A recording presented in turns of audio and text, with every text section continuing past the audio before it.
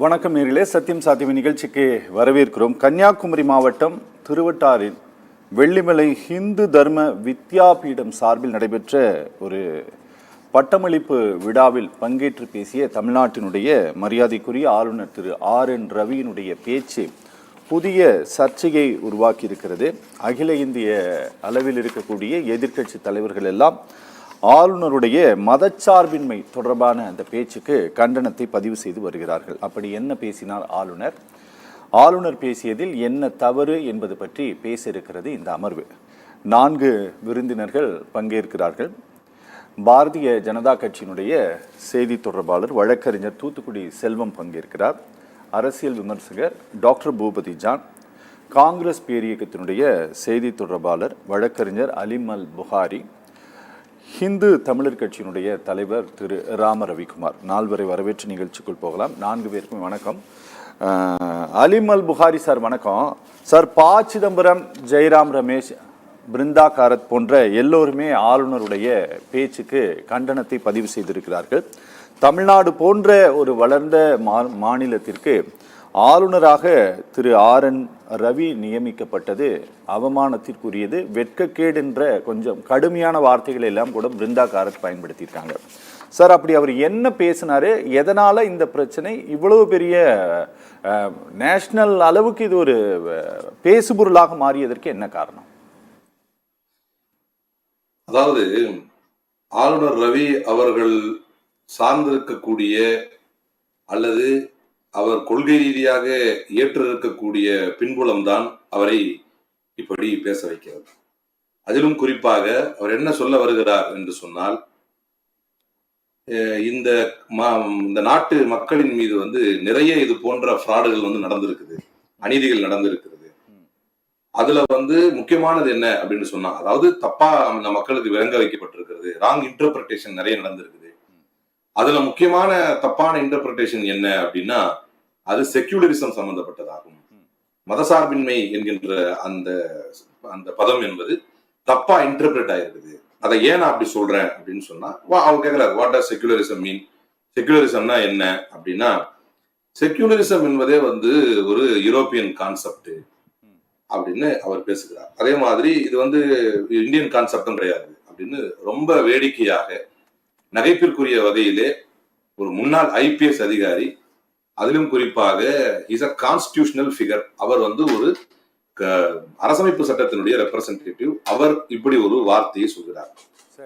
இது ஆச்சரியப்படுவதற்கு இதுல என்ன இருக்கிறது? ரொம்ப திடீர்னு RN ரவி இப்படி பேசுறாரு அப்படின்னு ஆச்சரியப்படுவதற்கு ஏதாவது இருக்குதான்னா, என்னை பொறுத்தவரை இதுல ஆச்சரியப்படுவதற்கு ஒண்ணுமே இல்லை. ஏன் அப்படின்னு சொன்னா, முதலாக அரசமைப்பு சட்டம் கொண்டு வரப்பட்ட போது இன்றைக்கு அவர் சார்ந்திருக்கக்கூடிய அல்லது அவர் அஃபிலியேட் செய்யக்கூடிய, அவர் அங்கீகரிக்கக்கூடிய, அவர் போற்றக்கூடிய, அதாவது ரவி அவர்கள் போற்றக்கூடிய அந்த RSS அமைப்பு என்பது தன்னுடைய ஆர்கனைசர் பத்திரிகையிலே இப்படி எழுதியது, there is no Indian in this constitution என்று சொன்னது. இதில் இந்திய தன்மை என்று ஒன்று இல்லை, எனவே இதை ஏற்றுக்கொள்ள முடியாது, இந்த கான்ஸ்டிடியூஷனையே ஏற்றுக்க முடியாது என்று தங்களுடைய ஆர்கனைசர் பத்திரிகையில் அப்போது எழுதினார்கள். இதுல உங்களுக்கு இன்னொரு விஷயம் கூட என்னால் தெளிவுபடுத்த முடியும். கான்ஸ்டிடியூஷன்ல உள்ள ஒரு பொருள், அது 42nd அமெண்ட்மெண்ட்ல 1970s தான் அது கொண்டு வரப்பட்டுச்சு அப்படின்னு சொல்றாரு. என்னுடைய கேள்வி என்ன அப்படின்னு சொன்னா, நீங்கள் ஆளுநராக பொறுப்பேற்கும் பொழுது அதே அமெண்ட்மெண்ட்டை உள்ளடக்கிய, அதே 42nd அமெண்ட்மெண்ட்டை உள்ளடக்கிய கான்ஸ்டிடியூஷன் படிதானே நீங்க பொறுப்பேற்றீங்க, இல்ல அங்க ஏதாவது எதிர்ப்பு தெரிவிச்சு வந்தீங்களா? அப்ப இதுல நம்ம ஒரு விஷயத்த ரொம்ப ஆழமாக தலைவர் ராகுல் காந்தி அவர்களுடைய கருத்தையும், சம்விதாவ் பச்சாவ் என்று தலைவர் ராகுல் காந்தி தொடர்ந்து சொல்லி வருவதையும் இப்ப புரியும். ஏன் கான்ஸ்டிடியூஷனுடைய புக்கை வச்சுக்கிட்டு, அரசமைப்பு சட்டத்தினுடைய புத்தகத்தை வைத்துக் கொண்டு ஏன் தலைவர் ராகுல் காந்தியும் காங்கிரஸ்காரர்கள் அனைவரும் அந்த பதவி பிரமாணம் ஏற்றுக்கொண்டனர் என்பது இப்போது விளங்கும். இப்ப என்ன அப்படி என்ன கான்ஸ்டிடியூஷனுக்கு ஆபத்து வந்துருச்சு, என்ன கான்ஸ்டிடியூஷனுக்கு ஆபத்து வந்துருச்சு என்றால், தங்களுடைய கருத்துக்கு ஒரு அவர் கூடுதலா என்ன சொல்றாரு அப்படின்னு சொன்னா, நம்ம இந்த செகுலரிசம் எப்போ உள்ளுக்குள்ள நுழைஞ்சது அப்படின்னு சொன்னா, சர்ச்சுக்கும் கிங்குக்கும் மத்தியில சண்டை இருக்கும் பொழுதுதான் யூரோப்பியன் கான்செப்ட்ல செகுலரிசம் ஒண்ணு கொண்டு வந்தாங்க. அதாவது என்ன அப்படின்னா, அதனுடைய பின்புலத்தை நம்ம பார்த்தோம் அப்படின்னு சொன்னா, ஒரு மதத்திற்கும் அரசுக்கும் மத்தியிலே பிரச்சனை இருக்கும் பொழுதுதான் செகுலரிசம் அப்படிங்கிற பாயிண்ட வந்து கொண்டு வர வேண்டிய சூழல் இருந்துச்சு. நம்ம வந்து இந்தியா எப்போ வந்து தர்மத்தை விட்டு விலகி இருந்தது என்று அரசமைப்பு சட்டத்தின்படி பதவியேற்றுக் கொண்ட இதை எப்படி நீங்க எடுத்துக்கலாம் அப்படின்னு சொன்னா, உதாரணத்திற்கு தீபாவளி அன்றைக்கு விநாயகர் சதுர்த்தி அன்றைக்கு நம்முடைய மரியாதைக்குரிய உச்சநீதிமன்ற தலைமை நீதிபதி அவருடைய வீட்டுக்கு வந்து பிரதமர் போறார். அப்ப அது பேசு பொருளான போது, விமர்சனத்திற்குள்ளான போது பிரதமர் அதை எப்படி திருப்பி விட்டார் அப்படின்னு சொன்னா, ஒரு இந்து பண்டிகையை கொண்டாடுவதை எதிர்க்கிறார்கள். அப்படி அல்ல. இப்ப அதுல ஒரு சின்ன விளக்கம் தர வேண்டியது என்ன அப்படின்னா, இதுவே ஒரு பிரதமர், இதுவே வந்து ஒரு சிஜே வந்து அவர் ஒரு முஸ்லீமாக இருந்து, அவர் ஒரு இஸ்லாமியராக இருந்து, ஒரு பேச்சுக்கு அப்படிலாம் விட்டுற மாட்டாங்க, அவர் ஒரு இஸ்லாமியராக இருந்து அவர் வந்து ரம்ஜானையோ பக்ரீத்தையோ கொண்டாடி அப்போது பிரதமரை தன்னுடைய வீட்டுக்கு அழைத்தால் கூட சிஜே ஒருத்தருடைய வகிக்கக்கூடிய பதவிக்கு என்று ஒரு டெக்கோரம் இருக்குது. அந்த டெக்கோரம் வந்து மெயின்டைன் ஆகணும். அப்போ வந்து ஒரு உச்சநீதிமன்றத்தினுடைய தலைமை நீதிபதி என்றால் அவர் இப்படித்தான் இருக்க வேண்டும் என்று எப்படி சொல்லப்படுகிறதோ, அது போல ஒரு நாட்டில் ஒரு மாநிலத்தில் ஆளுநர் என்றால் அவருக்கென்று ஒரு டெக்கோரம் இருக்குது. அதுல கொஞ்சம் கூட அதை பற்றிய எந்த அக்கறையும் இல்லாமல் ஆளுநர் RN ரவி அவர்கள் தொடர்ந்து பேசி வருவது என்பது அரசமைப்பு சட்டத்துக்கு எதிராக. இப்ப எப்படி நம்ம அவருடைய அந்த சந்திரசூடுடைய அந்த செயல்பாடுகளை பார்த்து நம்ம விமர்சிக்கும் போது அதுக்குள்ள மதத்துக்குள் இழுத்துட்டு வந்துடுறாங்களோ, அதே மாதிரி இந்த கவர்னர் என்ன செய்யறாரு அப்படின்னா, அரசமைப்பு சட்டத்துக்கு எதிராக மதத்தை இழுத்து வருகிறார். நம்ம என்னைக்கு வந்து தர்மத்துக்கு விலகி இருக்கிறோம். இங்கு தர்மத்தை பற்றி பேசுவதற்கும் ஒண்ணு இல்ல, இங்கு மார்க்கத்தை பத்தி பேசுறதுக்கும் ஒண்ணு இல்ல, இங்க சுவிசேஷத்தை பத்தி பேசுறதுக்கும் ஒண்ணு இல்ல. ஏனென்றால் ஒரு ஆளுநர் என்பவர் அரசமைப்பு சட்டத்திற்கு உள்ளானவரா இல்லையா? இப்பதான் கொஸ்டின். அப்ப இவர் என்ன செய்யறாருன்னா, யூரோப்பியன் கான்செப்ட்ல வந்து கிங்குக்கும் சர்ச்சுக்கும் மத்தியில் இருக்கக்கூடிய பிரச்சனை வரும்பொழுதுதான் முதல்ல செகுலரிசம் வந்துச்சு. நம்ம ஒரு வாதத்துக்கு இவர் பாயிண்ட்டுக்குள்ளே போவோமே, இவர் பாயிண்ட்டுக்குள்ளே போனாலும் மதத்தை மையப்படுத்தி சர்ச்சுகள் அரசமைப்பை வந்து அழுத்திய போது அப்ப அப்படி இல்ல, அரசு என்பதும் நிர்வாகம் என்பதும் மதத்தை மையப்படுத்தி, சர்ச்சை மையப்படுத்தியோ பாதிரிகளை மையப்படுத்தியோ இருக்க முடியாது. சோ அது செக்யூலரா தான் இருக்கணுங்கிற வார்த்தை வந்தது. சரிதானே? ஏன் யூரோப்பியன் கான்செப்ட் இருந்தா எதுவுமே ஏத்துக்க மாட்டாருன்னா, இத்தனை ஆண்டு காலமாக ஐபிசி யூரோப்பியன் கான்செப்டா இவருக்கு தெரியலையா? சிஆர்பிசி இன்னைக்கு அதை சொல்லுவாங்க. இப்பதான் நான் இன்னொரு பாயிண்ட்டுக்கு போறேன். இப்ப விளங்குது பிஎன்எஸ்எஸ் எதுக்காக இவர்கள் கொண்டு வருகிறார்கள் என்றால், நாளைக்கு அரசமைப்பு சட்டத்திற்கு எதிராக ஒரு போரை தொடுப்பதற்கு இந்த RSS ஏற்றுக்கொண்டவர்கள் தயாராகி இருக்கிறார்கள். எனக்கு ஒரு விஷயம் சொல்லுங்க புகாரி, என்னன்னா நீங்க மதச்சார்பின்மை அப்படிங்கிற வார்த்தை நம்மளுடைய அரசியலமைப்பு சாசனத்தில் இல்லை, அரசியலமைப்பு சட்டத்தை எழுதும் போதும் இல்லை, அந்த விவாதம் நடந்த போதும் அது வந்து தேவைப்படலை. ஆனால் இது வந்து ஒரு 25 ஆண்டுகளுக்கு முன்பாக அவர் வந்து எமர்ஜென்சி பீரியடை தான் அவர் குறிப்பிட்டு காட்டுகிறாருன்னு நம்மளால புரிஞ்சிக்க முடியுது. நீங்க அப்போது மட்டும்தான் இது கொண்டு வரப்பட்டது. ஆனால் இந்த நாட்டில் மதச்சார்பின்மை அப்படிங்கிற ஒன்று காலம் காலமாக இருந்து கொண்டேதான் இருந்தது. அது நமக்கு தேவையில்லாத ஒன்று இந்த வார்த்தையே அப்படிங்கிறாரே.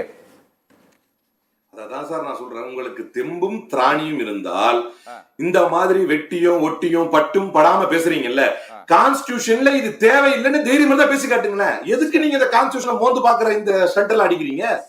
அதுதான் நான் சொல்ல வர்றேன். உங்களுக்கு தெம்பும் திராணியும் இருந்தால் நீங்கள் அரசமைப்பு சட்டத்துக்கு எதிராக என்னுடைய நிலைப்பாடு இதுதான். செகுலரிசம் நல்லா ஒண்ணு புரிஞ்சுக்குங்க. அமெண்ட்மெண்ட்ங்கிற ப்ராசஸ வச்சு அமெண்ட்மெண்ட்ங்கிற ஒரு முக்கியமான சப்ஜெக்ட உள்ள கொண்டு வந்ததற்கான காரணமே, ஒரு ஜனநாயக நாட்டில் அவரவருடைய தேவைக்கு ஏற்ற மாதிரி அப்போதைக்குரிய தேவைக்கு ஏற்றதை போன்று அரசமைப்பு சட்டத்தில் சிறு சிறு மாற்றங்களை கொண்டு வர வேண்டும் என்பதுதான் புரட்சியாளர் அம்பேத்கருடைய திட்டமே கூட. அவர்தான் அதனாலதான் நம்முடைய அரசமைப்பு சட்டத்தினுடைய சிற்பி அந்த மாதிரி ஒரு சப்ஜெக்டை கொண்டு வந்தார். ஆனால் அரசமைப்பு சட்டத்திற்குள் இப்படி ஒரு பாயிண்ட் இருக்கிறதுக்கு முன்னாடி ஒரு விஷயம் நான் தெளிவுபடுத்திக் கொள்ள விரும்புகிறேன். என்னுடைய முதல் சுற்றில் என்ன அப்படின்னா, செகுலரிசம் அப்படிங்கிற வார்த்தை கான்ஸ்டிடியூஷன்ல மென்ஷன் ஆகிறதுக்கு முன்னால இருந்தே நம்ம செகுலர் தான். இந்த தேசம் என்று செகுலர் தான். அப்ப கான்ஸ்டிடியூஷன்ல வந்து இந்த செகுலரிசம் நாளைக்கு இடம்பெற்று விடுமோ என்று பயந்ததுனாலோ என்னவோதான் இவர்கள் இந்த கான்ஸ்டிடியூஷனே வேணாம் அப்படின்னாங்க. நாங்க அப்பவே இப்படி போயிடுறோம். அதனாலதான் 50 வருஷத்துக்கு மேல கொடியே ஏத்தாம இருந்தாங்க. சோ என்றைக்குமே அரசமைப்பு சட்டத்துக்கு எதிராகவும் மூவர்ண கொடிக்கு எதிராகவும் இந்தியாவினுடைய இந்த மதசார்பின்மைக்கு எதிராகவும் இந்த பல கொள்கைகளுக்கு எதிராகவும் oneness, one nation, one election, one card, one party என்று ஒன் லீடர் என்று ஒன்னஸை நோக்கி செல்லக்கூடியவர்கள் இவர்கள் இப்படித்தான் அரசமைப்பு சட்டத்துக்கு எதிராக போர் தொடுப்பார்கள் என்பதில் எந்த பெரிய ஆச்சரியமும் இல்லை. ஓகே. தூத்துக்குடி செல்வம் சார், நீங்க இந்த நாட்டினுடைய இறையாண்மை மற்றும் மதச்சார்பின்மைக்கு கட்டுப்பட்டு அதுக்கு எதிராக இந்த அதிகாரத்தை எந்த வகையிலும் தவறாக பயன்படுத்த மாட்டேன் இப்படின்னு சொல்லிட்டு இவங்க ஒரு ஓத் ஒன்று எடுப்பாங்க, ஒரு பிரமாண வாக்குமூலம் ஒன்று எடுப்பாங்க, வாக்குறுதி ஒன்று எடுப்பாங்க. நீங்கள் வழக்கறிஞர், அதனால தான் நான் இன்னைக்கு 2 பேருமே வழக்கறிஞராகவே கூப்பிட்டேன். சார், இந்த மதச்சார்பின்மை படிதான் நடப்பேன் அப்படின்னு சொல்லி தான் இவர் தன்னுடைய பதவியை ஏற்றுக்கொண்டு இருக்கிறார். சார், நான் பேசுறது கேட்குதா உங்களுக்கு? தூத்துக்குடி சொல்லுமண்ணே. நல்லா கேட்குண்ணே, நல்லா கேட்கு. அவர் ஒரு ஐபிஎஸ் அதிகாரியும் கூட, முன்னாள் ஐபிஎஸ் அதிகாரியும் கூட, பல ஆண்டுகள் வேலை செஞ்சவர். இந்த நாட்டினுடைய தேசிய பாதுகாப்பு துணை ஆலோசகராகவும் இந்தியாவினுடைய இன்டெலிஜென்ஸ் பியூரோவினுடைய மிக முக்கியமான பொறுப்பிலையும் பணியாற்றிய நபர். அவருக்கு இதை பற்றி நம்ம புதுசாக நம்ம ஒன்றும் சொல்லி கொடுக்கணுன்ட்டு அவசியம் கிடையாது, அவருக்கு அதெல்லாம் நல்லாவே தெரியும். ஆனால் இப்போது அவர் சொல்லி இருக்கக்கூடிய இந்த வார்த்தை, இது அந்நிய நாட்டவர்களது தான், இந்த ஃபாரின்து தான் இந்த செக்குலரிசம் அப்படிங்கிறது அப்படின்ட்டு சொன்னது. இது அவருடைய பொறுப்புக்கு உட்பட்டு இதை அவர் தவிர்த்திருக்கலாமா, இல்லை அவர் சொன்னது சரியானது தானா? சத்தியம் தொலைக்காட்சி நிறுவனத்திற்கு அதன் நெறியாளர் சகோதரர் அரவிந்தாக்ஷன் அவர்களுக்கு, என்னுடைய சக பங்கேற்பாளர்களுக்கு, தொழில்நுட்ப கலைஞர்களுக்கு என்னுடைய முதல் வணக்கம். என்னுடைய அருமை நண்பர் அலீம் புகாரி அவர்கள் காங்கிரஸ் கட்சி சார்ந்த வழக்கறிஞர் அவர்கள் போற போக்குல சில விஷயங்களை சொன்னாங்க. அதுல CJI chief justice of India அவங்களுடைய வீட்டுக்கு பிரதமர் போகக்கூடாது அல்லது போனது சர்ச்சை அப்படி இப்படிலாம் அதாவது பேசலாம், அப்படிலாம் போயிருக்க கூடாதுன்னு சொன்னாங்க. இது முதல் முறை நடக்கிறது இல்லை. அதுல என்னன்னு கேட்டீங்கன்னா, இந்த மாதிரி பண்டிகைகள்ல விழாக்கள்ல டாக்டர் மன்மோகன் சிங் அவர்கள் இருந்த காலத்திலையும் சரி, அதுக்கு முந்தைய காலங்கள்ல டாக்டர் ராதாகிருஷ்ணன் அவர்கள் ஜனாதிபதியாக இருந்த காலத்திலும் சரி, இப்படி பிரதமர் ஜனாதிபதி இவர்கள் எல்லாம் தலைமை நீதிபதியோடு ஒரு நிகழ்ச்சியில கலந்துகிறது, அவங்க வீட்டு நிகழ்ச்சிகள்ல கலந்துகிறது வழக்கம். டாக்டர் மன்மோகன் சிங் அவர்களுடைய ஆட்சி காலத்துல நம்முடைய பக்கத்து மாநிலமான கேரளாவை சார்ந்த அன்றைக்கு உச்ச நீதிமன்றத்தினுடைய தலைமை நீதிபதியாக இருந்த கேஜி பாலகிருஷ்ணன் அவர்கள் ஒரு நிகழ்ச்சியில கலந்துகிட்டு இருக்காரு. அதை நண்பர் அலீம் புகாரி அவர்களுக்கு நான் நினைவுபடுத்த விரும்புறேன். ஒண்ணு. ரெண்டாவது, கான்ஸ்டிடியூஷன்ல நீங்களே கூட குறிப்பிட்டீங்க, அவர் மதசார்பின்மைக்கு நான் விரோதமாக செயல்பட மாட்டேன்னு சொல்லி ஓத்து எடுக்கிறாங்க, அதாவது உறுதிமொழி எடுக்கிறாங்கன்னு சொன்னீங்க. அதுல ஒரு சின்ன இது என்னன்னா, இந்திய இறையாண்மைக்கு விரோதமாக சாவனட்டிக்கு நான் எதிராக நான் நடந்துக்கிட மாட்டேன், விருப்பு வெறுப்பின்றி ஒருவருக்கோ பலருக்கோ நான் எந்த விதமான பாரபட்சமும் காமிக்க மாட்டேங்கிறது தான் அதனுடைய அந்த உறுதிமொழியில இருக்க தவிர மதசார்பின்மையை பற்றி அந்த உறுதிமொழியில கிடையாது. ஒண்ணு. ரெண்டாவது, வேதக ஆளுநர் அவர்கள் நேற்றைக்கு ஒரே ஒரு சின்ன குறுக்கீடு, அதாவது விருப்பு வெறுப்பின்றி அப்படின்ட்டு வரும்போது இது விருப்பு வெறுப்புக்குள்ள வராதா? இல்ல, நான் சொல்ல அனுமதிக்க நான் சொல்றேன். அதாவது அவங்க கலந்துகிட்ட இந்து தர்ம வித்யாபீடம் அந்த பட்டமளி விழாவுல நேற்றைக்கு எங்க பக்கத்துல ஏர்போர்ட்ல இருந்தா கவர்னர் போனாங்க, தூத்துக்குடி ஏர்போர்ட்ல இருந்தா கவர்னர் போனாங்க. அந்த நிகழ்ச்சியில பேசும்போது என்னன்னு கேட்டீங்கன்னா, மதசார்பின்மை என்பது ஐரோப்பிய நாடுகள்ல இருந்து வந்தது.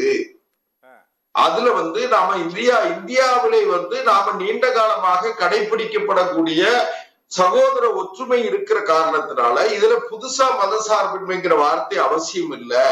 இங்க நாம ஏற்கனவே நாம அண்ணன் தம்பியா இருக்கோம், ஏற்கனவே இஸ்லாமியர்களும் இந்துக்களும் அண்ணன் தம்பிகளாக இருக்கிறோம், கிறிஸ்தவர்களும் இந்துக்களும் அண்ணன் தம்பியாக இருக்கிறோம், கிறிஸ்தவர்களும் இஸ்லாமியர்களும் அண்ணன் தம்பியாக இருக்காங்க. இங்க மத மோதல்கள் மத பிரச்சனைகள் இல்லைங்கிற சர்ச்சைகள் இல்லைங்கிறதுனால இங்க மதசார்பின்மைக்கிற வார்த்தை அவசியம் இல்லைங்கிறது சொன்னாங்க.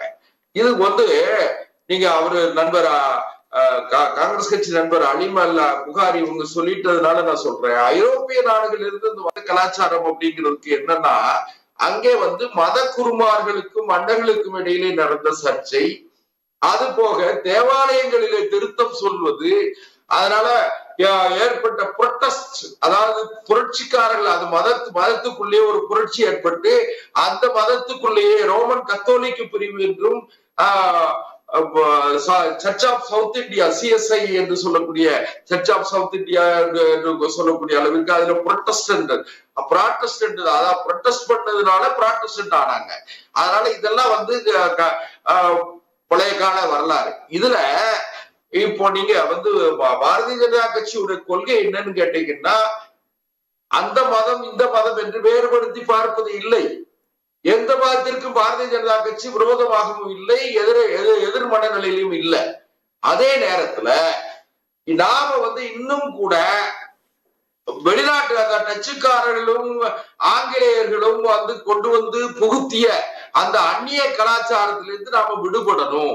ஏறக்குறைய நாம வந்து இல்ல அண்ணா இங்க பாருங்க, எனக்கு புரியுது அவர் சொல்லி இருக்கிறது என்ன அப்படின்னா, செக்குலரிசம் வந்து யூரோப்பியன் கண்ட்ரீஸ், அங்குள்ள மதம் சார்ந்தவர்களுக்கு இருக்கக்கூடிய பிரச்சனையை தீர்க்கிறதுக்காக கொண்டு வரப்பட்டதுன்ட்டு எல்லாம் சொல்லியிருக்காரு. அதாவது ஓம் பங்க நீ வச்சுக்க, ஏன் பங்க நான் வச்சுக்கொள்றேன் அப்படிங்கிறது தான் அந்த நாட்டோட செக்குலரிசம். ஆனா நம்ம நாட்டுல அது ஏற்றுக்கொள்ள முடியாதுங்கிறாரு. அப்ப ஏற்றுக்கொள்ள முடியாது அப்படின்னா ஓம் பங்கு ஏன் பங்கு அப்படின்ட்டு அவரு சொன்னதுல எதெல்லாம் வருதுன்னு, அதுல கல்வி வருதா, வேலை வாய்ப்பு வருதா, நீங்க சம உரிமை வருதா? இல்லன்னு நீங்க அதெல்லாம் நீங்க சொல்லணும் இல்ல, நீங்க ஏன் வந்து செக்குலரிசம் தேவைப்படுதுன்ட்டு. நான் ஒரே ஒரு விஷயம் சொல்லட்டுமா? நீங்க நாம வந்து நீங்களே கூட குறிப்பிட்டீங்க, எமர்ஜென்சிக்கு பிறகு, அதாவது அவசர நிலை காலத்திற்கு பிறகுதான் மதசார்பின்மைங்கிறது வந்து அது வலுப்பெறுது. 42nd அமெண்ட்மெண்ட் இன்னொன்னு அரசியல் சட்டத்துல இதுவரைக்கும் 125 திருத்தம் செய்யப்பட்டிருக்கிறது. இந்த 125 முறையில எனக்கு தெரிய 118 முறை வந்து அது காங்கிரஸ் கட்சி தான் இந்த அரசியல் சட்டத்துல திருத்தம் பண்ணாங்க. ஒண்ணு. ரெண்டாவது, இப்போ பாரதிய ஜனதா கட்சியினுடைய நிலைப்பாடுகளுக்கும் ஆளுநருடைய நிலைப்பாட்டை நீங்க வந்து ஒத்து பேசுறதுனால, இணைத்து பேசியதால் அப்படி பேசவே கிடையாது. நான் பேசவே கிடையாது. உங்களை சொல்லல. ஐயோ ஆனா உங்களை சொல்லல. நான் வந்து காங்கிரஸ் கட்சி நண்பர் பேசுறதுனால நாங்க பேரவை தலைவரை பார்த்து தான் பேசுவோம். ஏன்னு கேட்டா நீங்கன்னா உங்க மூலமா தான் அதை செய்தி போகுங்கிறதா. அப்படி அந்த அர்த்தத்துல சொல்றேன். அதாவது காங்கிரஸ் கட்சி நண்பர் பேசுறதுல வந்து என்னன்னு கேட்டீங்கன்னா, கான்ஸ்டிடியூஷனல் ஹெட் அப்படிங்க ஆளுநர் அவர்கள் வந்து பேசிட்டாங்க அப்படின்னாங்க. ஆளுநருக்கு வந்து ஒரு கருத்தை சொல்லுகிற சுதந்திரமும் உரிமையும் இருக்கிறதா இல்லையா? அவர் ஒரு கருத்தை சொல்றார். ஆளுநர் அவர்கள் சொன்ன கருத்தை அதை பாரதிய ஜனதா கட்சியினுடைய கருத்தாகவே நீங்கள் எடுத்துக்கொள்ள வேண்டும் என்று அவசியம் இல்லை. ஆளுநர் ஒன்னும் அண்ணா நல்லது, ஓகேண்ணே, நாங்க அப்படி எடுத்துக்கல. அவருக்கு உரிமை இருக்கு அப்படிங்கிற அளவுலயே எடுத்துக்கிறோம். அப்படிதானே? ஆமா, எடுத்துக்கிறீங்க. அதே நேரத்துல அவர் வந்து ஒரு பெரிய தவறாக புதிய சர்ச்சையை சொல்லிட்டார் நீங்க நினைக்க வேண்டாம். ஏன்னு கேட்டீங்கன்னா, ஆளுநர் அவர்கள் ஏற்கனவே நாம் ஒற்றுமையாக இருக்கிற நமக்குள்ள வந்து மதசார்பின்மை என்கிற வார்த்தையை பயன்படுத்தி ஒரு பிரிவினையை ஏற்படுத்த வேண்டிய அவசியம் இல்லை என்றுதான் சொல்லி இருப்பார்கள் என்று பாரதிய ஜனதா கட்சி கருதுகிறது. Okay okay okay. Rama Ravikumar sir வணக்கம். ராம ரவிக்குமார் சார், இங்க வந்து காலாகாலத்திற்கு முன்பாக இருந்தே இந்த நாடு வந்து மதச்சார்பின்மையுடன் கூடிய நாடாகத்தான் இருந்தது. நமக்கு வந்து செக்குலரிசம் அப்படிங்கிற ஒரு தனியான ஒரு வார்த்தை தேவையில்லை அப்படின்ட்டு அவரு பேசி இருக்கிறார். அது அவருடைய உரிமை சார்ந்த விஷயம். ஆளுநருக்கும் உரிமை இருக்கு அப்படின்னு சொல்றார் இவரு, நம்ம தூத்துக்குடி செல்வம் சார். இந்த மாதிரி அவரு நிறைய அவருக்கும் உரிமை இருக்குங்கிற அடிப்படையில் அவர் நிறைய பேசியிருக்காரு. இந்தியாவில் இருக்கக்கூடிய ஆளுநர்களை இவர் ஒருத்தர் தான் அப்படி பேசிட்டு இருக்கிறாரு.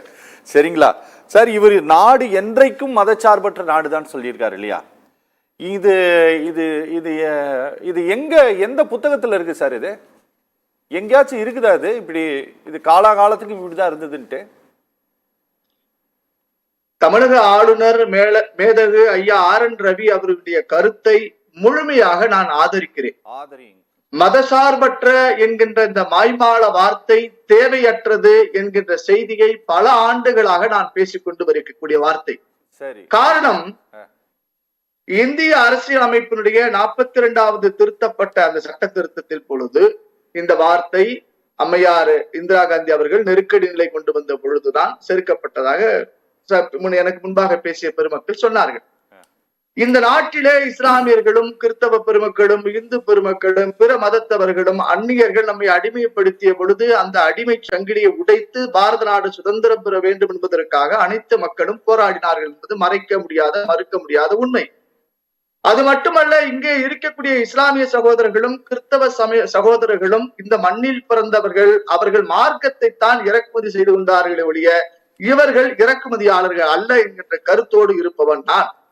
புகாரியும் ஜான் அவர்களும் ரவிக்குமார் அவர்களும் செல்வம் அவர்களும் ஒற்றுமையாக இருக்கக்கூடியது காரணம், இந்த நாட்டிலே இருக்கக்கூடிய அரசியல் அமைப்பு சட்டம் கொடுத்த வழிமுறைகள் ஒருபுறம் இருந்தாலும் கூட ஊனோடும் உறவோடும் கலந்துவிட்ட இந்த உறவுகளுக்கு இடையிலே சட்டம் ஒரு தடையாக இருப்பது, சட்டத்தின்படிதான் இப்படியெல்லாம் ஒற்றுமையாக இருக்கிறார் என்பது கிடையாது. இந்த மண்ணிலே பிறந்த மக்களுடைய ரத்தத்தில் சகிப்புத்தன்மை என்கின்ற தன்மை எப்பொழுதுமே இருந்து கொண்டிருக்கிறது. காரணம் சொல்கிறேன், மேதகு ஆளுநர் அவர்கள் மதசார்பற்ற என்கின்ற வார்த்தை தேவையற்றது என்று எதன் அடிப்படையில் சொல்லியிருப்பார் என்று சொன்னால், நாம் அனைவரும் ஒற்றுமையாக இருக்கிறோம், வாழ்ந்து கொண்டிருக்கக்கூடிய சமயத்தில் இந்த வார்த்தை தேவையற்றது என்று விதித்திருப்பார், சொல்லி இருப்பார். அப்படித்தான் நான் பார்க்கிறேன். ஒரு தமிழகத்தினுடைய ஆளுநரை கடும் சொற்களால் பல அரசியல் கருத்துக்களில் விமர்சனம் செய்யக்கூடிய அரசியல் பெருமக்கள் அவரை ஒரு சனாதனத்தினுடைய அடையாளமாக, அவரை ஒரு இந்து மதத்தில் அதிக பற்றுதல் கொண்டவராக வெள்ளிமலையில் நடந்த விவேகானந்தர் அந்த சமயக்கல்வி கற்கக்கூடியவர்களுக்கு வித்யாஜோதி பட்டமளிப்பு விழாவில் பேசியிருக்கிறார். கடந்த வாரம் வேளாங்கண்ணி சர்ச்சுக்கு சென்று அன்னை மாதாவை மண்டியிட்டு பாதிரி பெருமக்கள் சொல்லக்கூடிய வழிகாட்டுதல் படி வழிபட்டு அந்த மதத்தை வணங்கி இருக்கிறார், ஏற்று இருக்கிறார். அதே போல நாகூர் தர்காவிற்கும் சென்று இருக்கிறார். எந்த ஒரு நபரும் அனைத்து மத நம்பிக்கைகளையும் அதை ஏற்று அவர்களுக்கு மதிப்பளிக்கக்கூடிய வகையில் வாழக்கூடியது இந்து சமயம் தான், இந்து வழிகாட்டி முறைதான் என்பது என்னுடைய அனுபவம் மட்டுமல்ல, இந்து மதத்தை சார்ந்தவர்கள் செய்யக்கூடிய முறை. எங்களுக்கு இந்த காட்டிக் கொள்கிறார்னு சொல்லுங்க சார், அது கரெக்டா இருக்கும். இல்ல, என்ன சொல்றீங்க புரியல? எல்லா இடத்துக்கும் போய் எல்லாவற்றையும் மதிப்பது போல காட்டிக் கொள்கிறார்னு சொல்லுங்க, அதுதான் சரியா இருக்கும்னு. இல்ல, அது காட்டிக் கொள்வதும் மற்றவங்களுடைய மாடல். நான் அந்த விஷயத்துக்குள்ள வர்றேன். இப்போ சகோதரர் புகாரி பேசும்போது கானூன் பச்சாவ் என்று அந்த அரசியலமைப்பு சட்டத்தை காப்பாற்ற வேண்டும் என்றுதான் சகோதரர் ராகுல் காந்தி அவர்கள் வந்தாங்க, போராடினாங்கன்னு சொன்னார். நெருக்கடி நிலை வந்த பொழுது இந்த நாட்டுடைய சட்டத்தை எல்லாம், ஜனநாயக ரீதியில் மக்களுக்கு வழங்கப்பட்ட உரிமைகளை எல்லாம் கொன்றொழித்து சட்டத்தை தூக்கிலிடக்கூடிய அளவிற்கு கருப்பாக ஒரு ஜனநாயகத்தை கேலிக்குத்தாக்கிய வரலாறு எல்லாம் யாரும் மறந்துவிடவில்லை. நான் சொல்கிறேன், ஒரு உச்ச நீதிமன்றத்துடைய நீதிபதி அவர்கள் ஒரு விழாவிற்கு வீட்டிற்கு அழைத்திருக்கிறார். இந்த நாட்டுடைய பிரதமர் சென்றது ஒன்றும் சர்ச்சைக்குரிய கருத்தாக நான் பார்க்கவில்லை. அதை நம்ம இன்னொரு நாள் நம்ம பேசுவோம். நான் இந்த சப்ஜெக்டுக்குள்ளே நான் வர்றேன். இப்போ இதுக்குள்ளே நான் கேட்டுக்குள்ள வந்துட்டேன், வண்ணாரப்பட்டக்குள்ளே வந்துட்டேன். இப்போ ஆளுநர் அவர்கள் எந்த விதத்துல தவறா பேசிட்டார்? இப்போ நாங்கள் சட்டத்தை மதிக்கிறோம். நான் எப்பொழுதுமே மத நல்லிணக்க பேசக்கூடியவன் தான். இப்போ நான் என்னுடைய தேசம் முக்கியம், என்னுடைய தேச கொடி முக்கியம், சட்டம் முக்கியம் என்பது என்னுடைய மனப்பாங்கு. இதை புகாரி போன்றவர்கள் ஏற்றுக்கொள்வார் தான் நான் நினைக்கிறேன். ஆனால் ஒரு சில இடங்களில் எங்களுக்கு சட்டத்தை விட, இந்த தேசத்தை விட மதம்தான் பெரிது, மார்க்கம்தான் பெரிது என்று சொல்லக்கூடிய மனப்பாங்கு சரியா தவறா என்கின்ற சிந்தனை கேள்வியை உங்களிடமே விட்டுவிடுகிறேன். 2 ஆண்டுகளுக்கு முன்பு தருமபுரியில ஒரு கிறிஸ்தவ மதத்தை சார்ந்த சகோதரி ஆசிரியை அரசாங்கத்தில் வேலை செய்யக்கூடியவர், இந்த நாட்டுடைய சட்டத்தின்படி அரசியலில் வேலை செய்யக்கூடியவங்க, நாங்கள் தேசிய கொடியை வணங்க மாட்டோம் என்று சொன்னார்கள். இது நியாயமான நான் கேள்வி வைக்கிறேன். எந்த இடத்திலும் ஒரு செகண்ட் ஐயா, இந்த மதசார்பற்ற அரசு, அது மத்திய அரசோ மாநில அரசோ, அனைத்து மத மக்களுமே நம்ம ஓட்டு போட்டு தான் தேர்ந்தெடுத்திருக்கோம். வேண்டாம் என்று எதிர்த்து வாக்களித்தவர்களுக்கும் அவங்கதான் பிரதமர், அவங்கதான் முதலமைச்சர். ஆனால் பாருங்க, ஒரு கண்ணுல வெண்ண மறு கண்ணுல சுண்ணாம்பு மாதிரி. உதாரணமா நம்ம தமிழ்நாட்டிலே ஐயாவை எடுத்துக்குமே, முதலமைச்சர் ஐயாவை. அவங்க ஒரு பக்ரீத்துக்கு வாழ்த்து சொல்றாங்க, ரம்ஜானுக்கு வாழ்த்து சொல்றாங்க, வேளாங்கண்ணி விழாவுக்கு வாழ்த்து சொல்றாங்க, கிறிஸ்துமஸுக்கு சொல்றாங்க. இந்து பண்டிகைகளை மட்டும் புறக்கணிக்கிறாங்களே, இது மதசார்பற்ற தன்மையா? சட்டம் நிலை என்று, கற்பு நிலை என்று பொதுவில் வந்தால் இரு கட்சிக்கும் பொதுவில் வைப்போம் மாதிரி மதம் சாராமல் இருப்பேன்னு சொன்னா அனைத்து மதங்களுக்கு சாராமல் இருக்கிறது தான் முறை. சார் ஒரே பாருங்க சார் இங்க பாருங்களேன், வாழ்த்து சொல்லாதது உங்களுக்கு பிரச்சனையா, இல்ல இந்த விநாயகர் சதுர்த்தி கொண்டாடுவது அறிவியலுக்கு புறம்பானதுன்ட்டு அவர் எதுவுமே சொல்லாம அமைதியாக இருக்கிறாரு, அது உங்களுக்கு பெருந்தன்மையா தெரியலையா? இல்ல இயேசு பெருமான் உயிர் திறந்தார் என்பது அறிவுக்கு பொருத்தமானதா, அறிவியலுக்கு விரோதமானதா? சார் இந்த நாட்டுல எது வரலாறாக வாழ்ந்ததாக அறிவியல் பூர்வமாக ஆராய்ச்சியின்படி நிரூபிக்கப்பட்டிருக்கிறதோ அதன்படிதான் இன்னைக்கு இந்த உலகத்துல எல்லாருமே இயங்கிட்டு இருக்கிறாங்க. நீங்க அவர் வந்து வாழ்த்து சொல்லலங்கிறீங்க. ஐயா ஐயா நான் ஒரே விஷயம் சொல்றேன். உங்களுக்கு ஒரு அரசியல் கட்சி தலைவர் திமுகவுடைய தலைவராக ஐயா ஸ்டாலினுக்கு தனி கொள்கை இருக்கலாம். ஆனால் அனைத்து மத மக்களுக்கும் விருப்பு வெறுப்புகள் அன்றி இருக்கக்கூடிய ஒரு முதலமைச்சர் சொல்லணுமா வேணாம்? இயேசுபிரான் அந்த இறந்து 3ஆம் நாள் உயிர் தெழுந்தாருங்கிற அது நம்பிக்கை எந்த அறிவியல்ல நிறுவப்பட்டிருக்கு? நான் அந்த மதத்தை மதிக்கிறேனுங்க, இயேசுபிரான மதிக்கிறேன். நீங்க இது தப்புங்கிற விஷயத்த நான் சொல்றேன். நீங்க பாகுபாடா நடந்துக்கிறீங்க விஷயத்த சொல்றேன். மசூதியையும் சர்ச்சையும் நீங்க தனி ஆளுகைக்கு விட்டுவிட்டு எங்க கோயில மட்டும் நீங்க வச்சிருக்கீங்க மகாராசிங்கள, இதுதான் மதசார்பற்ற தன்மையான்னு நான் கேட்கிறேன். குல்லா போட்டுட்டு அல்லா பேரை சொல்லிட்டு எங்க ஐயா மக்கள் அந்த இஸ்லாமிய பெருமக்களுடைய கண்ணியத்தை மதிச்சு நீங்க போகக்கூடிய பெருமக்களே இந்து விழாவுக்கு ஏன் மறுக்கிறீங்கன்னு கேட்கிறேன். ஒரு செய்தி அரவிந்த் ஐயா, இப்போ இஸ்லாமிய மதம் வழிபாடு அது மதம் சார்ந்த விஷயம், கிறிஸ்தவ மதம் வழிபாட்டு கூட மதம் சார்ந்த விஷயம். இங்கெல்லாம் மதசார்பற்ற தன்மை பேச மாட்டீங்க. ஆனால் இந்து கோவில்ல மட்டும்தான் இது வந்து மதசார்பற்றன்னு சொல்லுவீங்க. ஏன் இங்க இந்து மத வழிபாட்டு தலம் மட்டும் மதசார்பற்ற தலமா இருக்கணும்? நீங்க இப்ப பேசுனதுக்கும் கவர்னர் பேசுனதுக்கும் நான் கவர்னருடைய வேறு அவர் உள்ளார்ந்து பேசிய எந்த விஷயத்தையும் நான் குறிப்பிட்டு உங்ககிட்ட நான் எந்த கேள்வி நான் கேட்க விரும்பல. ஏன்னா அது இல்ல நான் சொல்றேன். ஏன்னா அதுக்குள்ள அவர் சொல்லி இருப்பது நீங்க வந்து ஆங்கிலேயர்களும் முகலாயர்களும் வந்து இங்க சனாதன தர்மத்தை அழிக்க முயற்சி பண்ணாங்க, அழிச்சாங்க இப்படின்ட்டு சொல்லி இருப்பதெல்லாம் இது ஏதோ ஒரு வகையில் வெறுப்பை தூண்டக்கூடிய ஒரு விதமான பேச்சு தான், ஆதாரங்கள் அற்ற பேச்சு அது. சரிங்களா? இல்ல நீங்க உங்க புரிதல் தவறு சார். இல்ல நாங்க சொல்றோம் ஐயா பொறுங்க. நாங்க மதசார்பற்ற தன்மை, இந்த மத நல்லிணக்கம், சமய ஒற்றுமை எல்லாம் எங்கள்கிட்ட, அதாவது குறிப்பாக இந்துக்கள்கிட்ட நீங்க வந்து கவர்னரை ஹிந்துவாக நீங்க சித்தரிக்காதீங்க. அவர் வந்து அரசியலமைப்பு சட்டப்படி இந்த மாநிலத்தினுடைய உயரிய பொறுப்பில் இருக்கக்கூடிய ஒருவர். அவரு அரசியலமைப்பு சட்டப்படி தான் பதவி ஏற்றிருக்கிறாரு. அவர் வந்து அவருடைய தனிப்பட்ட ஐயா ஒரு செகண்ட், நீங்க செலக்டிவ் அம்னீசியா நீங்க டாபிக்க மாத்துறீங்க.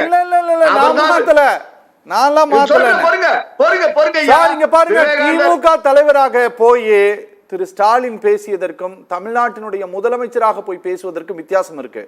அவர் வந்து தலைவராக போய் அவர் எங்க வேணா என்ன வேணா பேசி போட்டோம், அதுக்கு அவங்க கட்சி பதில் சொல்லிட்டு போகும். ஆனா முதலமைச்சராக பேசினாருன்னா இந்த அரசாங்கம் அதுக்கு பொறுப்பாக்குறது. அது போல கவர்னர் திரு RN ரவி தனிப்பட்ட வகையில் அவர் போய் என்ன வேணா பேசிட்டு போட்டோம். அவர் கவர்னராக போய் இந்த நிகழ்ச்சியில கலந்துருக்கிறாரு. அவர் போன போக்குவரத்து, அவருக்கு TA OA எல்லாம் இங்க இருக்கக்கூடிய மக்களுடைய வரிப்பணத்தில் கொடுக்குறாங்க. எல்லாம் நான் இதே கேள்வி தான் கேட்கிறேன் சார். விவேகானந்தர் அந்த வெள்ளிமலை ஆசிரமத்துக்கு போனது கவர்மெண்ட் செலவுன்னு சொல்றீங்கல்ல, வேளாங்கண்ணிக்கு போனது யார் செலவு? நாகூருக்கு போனது யார் செலவு? ஏன் முதலமைச்சர் போய் மற்ற மத விழாக்கள்ல போய் கலந்துக்கிறாரு, அது யார் செலவு? கலந்துக்கிறதுக்கும் நீங்க கான்ஸ்டிடியூஷனுக்கு எதிராக பேசுவதற்கும் வித்தியாசம் இருக்கு. ராமரவிக்குமார் என்ன சட்டத்திற்கு விரோதமாக ஆளுநர் பேசவில்லை, அதுதான் என் பதில். சரி, நீங்க தப்பா புரிஞ்சுக்கிறீங்க. நல்ல மனுஷனை வந்து தப்பா புரிஞ்சுக்காதீங்க. நீங்க நல்ல கண்ணாடி போடுங்க. நல்லது. டாக்டர் பூபதி ஜான், நீங்க அரசியலமைப்பு சட்டத்திற்கு முரணானது, இப்படி இவர் பேசி இருக்க கூடாது, இப்படிப்பட்டவரை வந்து மாநிலத்தினுடைய ஆளுநராக நியமித்தது வெட்கக்கேடு அப்படிங்கறதெல்லாம் பிருந்தாகாரத்தினுடைய ஸ்டேட்மெண்ட், என்னுடையது கிடையாது. இவ்வளவு கடுமையான ஸ்டேட்மெண்ட் சொல்லக்கூடிய அளவிற்கு கவர்னருடைய பேச்சு ரொம்ப கான்ட்ரவர்சியா மாறி இருக்கா, இல்ல அவர் பேசினதே அப்படிதான் பேசியிருக்காரா, இல்ல திட்டமிட்டு இது அரசியலாக மாற்றப்படுதா?